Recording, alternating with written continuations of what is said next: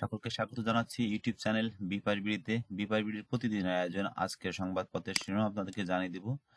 আজ 17 জানুয়ারি 2025 শুক্রবার। অনুরোধ থাকবে যারা আমাদের চ্যানেল নতুন তারা চ্যানেলটি সাবস্ক্রাইব করে পাশে থাকবেন। প্রথমে আমার দেশ পত্রিকায় শিরোনাম করেছে আওয়ামী লীগ সন্ত্রাসীরা জড়ো হয়েছে কলকাতায়, একটি রিপোর্ট তারা করেছে।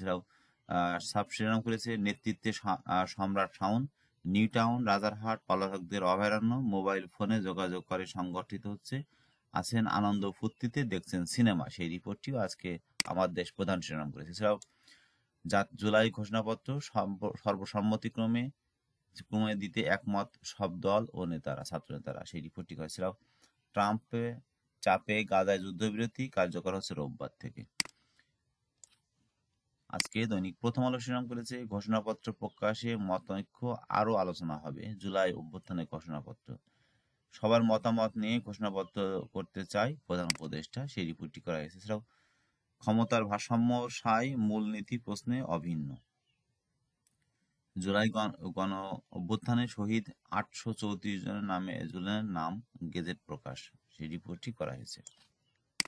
দৈনিক বাংলাদেশ প্রতিদিন শিরোনাম করেছে ঘোষণাপত্র নিয়ে ঐক্য জোর, জুলাই ঘোষণা থাকতে হবে সবার অবদান, সেই রিপোর্টটি করা হয়েছে।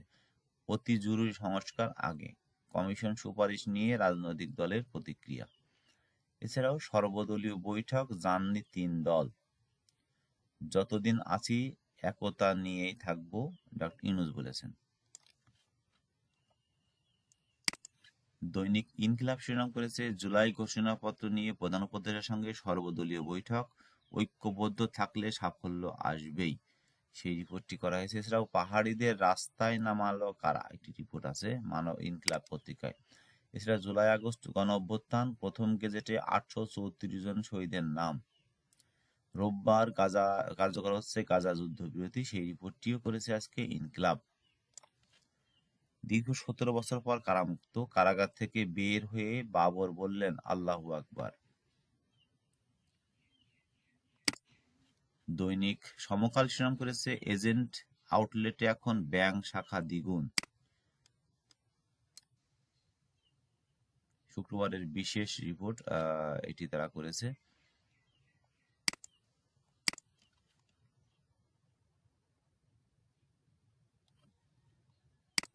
দৈনিক কালবেলা শিরোনাম করেছে ঢাকার সঙ্গে সুসম্পর্কে কেন গুরুত্ব দিচ্ছে বেইজিং, একটি রিপোর্ট। এছাড়াও ঘোষণাপত্রে ঐক্যমত, দলগুলো চায় আরো সময় আলোচনা। এস আলম পরিবারের 3,500 কোটি টাকার শেয়ার অবরুদ্ধ। শেখ হাসিনা সহ 41 জনের নামে যুদ্ধাপরাধের ট্রাইব্যুনালে অভিযোগ। এছাড়াও টিলিপকে দুর্নীতিবাজ ও শোষণহীন বললেন ইলন মাস্ক। 17 বছর পর কারামুক্ত হলেন বাবর, বরণ করেছেন হাজারো জনতা, এটি রিপোর্ট করা হয়েছে। আজকে দৈনিক কালের কণ্ঠ শিরোনাম করেছে জুলাই ঘোষণাপত্র তৈরিতে মতৈক্য, বর্ধিত ভ্যাট বাতিল না হলে কারখানা বন্ধ, রাস্তায় নামবো, একটি রিপোর্ট করা হয়েছে। সংবাদ সম্মেলনে ব্যবসায়ীরা বলেছেন। আজকে দৈনিক ইত্তেফাক শিরোনাম করেছে প্রসঙ্গ জুলাই ঘোষণাপত্র, এতদিন পর ঘোষণাপত্র কেন, প্রশ্ন বিএনপির, প্রয়োজন দেখছে জামাত। এছাড়াও হামলার প্রতিবাদে আদিবাসী ছাত্র জনতার মিছিলে পুলিশের জলকামান, টিয়ার সেল, সাউন্ড গ্রেনেড।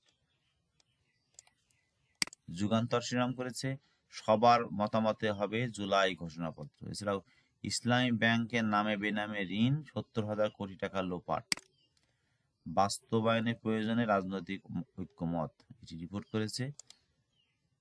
দৈনিক নয়া দিগন্ত শিরোনাম করেছে জুলাই ঘোষণা নিয়ে মতৈক্য, সবার মতের ভিত্তিতে ঘোষণাপত্র তৈরি করতে চাই প্রধান উপদেষ্টা। গাজায় যুদ্ধবিহীন চুক্তিতে শেষ মুহূর্তের বাগার নেতানিয়াহু। পুলিশের শূন্য পদ, অতিরিক্ত আইজি সহ 11,000, এটি রিপোর্ট করা হয়েছে নয়া দিগন্তে। আজকের পত্রিকার শিরোনাম করেছে রান্নার চুলা জ্বলছে না, ঢুকছে কারখানাও, গ্যাস সংকট চরমে। ঘোষণাপত্র নিয়ে বিএনপির প্রশ্ন, আপনারা পাশে থাকলে মনে সাহস পায়, নেতাদের উদ্দেশ্যে ডক্টর মোহাম্মদ ইউনূস বলেছেন। শেখ হাসিনা সহ 10 গ্রুপের দুর্নীতি তদন্তে 11 দল, বিব্রত করা কর্মকর্তাদের বিরুদ্ধে ব্যবস্থার নির্দেশ জনপ্রশাসন মন্ত্রণালয়। আমাদের সময় শিরোনাম করেছে ঘোষণাপত্র প্রণয়নে একমত সব দল, আরো আলোচনা। সংস্কার বাস্তবায়ন নির্ভরশীল পরবর্তী সরকারের উপর। এছাড়াও গভর্নরের সঙ্গে অনুসন্ধান টিমের বৈঠক, 10 গ্রুপ ওয়াসিনাথ পরিবারের তদন্ত দ্রুত শেষ করার তাগিদ। অভ্যুত্থানে শহীদ 834 জন, আহত প্রায় 15,000, সেই রিপোর্টটি করা হয়েছে আজকের আমাদের সময়। তো এই ছিল মূলত আজকে ঢাকা থেকে প্রকাশিত কয়েকটি জাতীয় দৈনিক পত্রিকার প্রধান প্রধান শিরোনাম। অনুরোধ থাকবে যারা আমাদের চ্যানেলে নতুন তারা চ্যানেলটি সাবস্ক্রাইব করে পাশে থাকবেন।